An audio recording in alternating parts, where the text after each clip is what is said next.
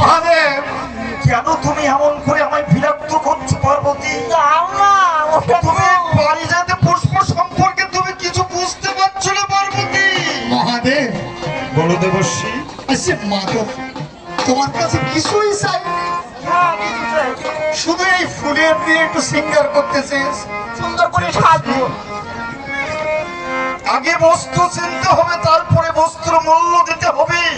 এটাই তো তোমার মাথা বুঝতে পারছে না। এই পারিজাত পুষ্প কি জিনিস?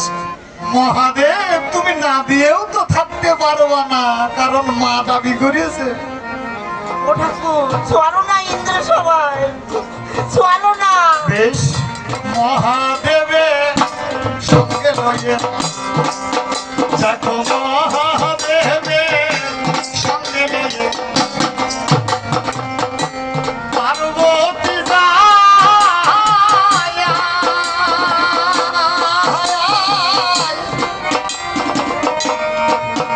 ওই ইন্দ্রের সাথে নিয়ে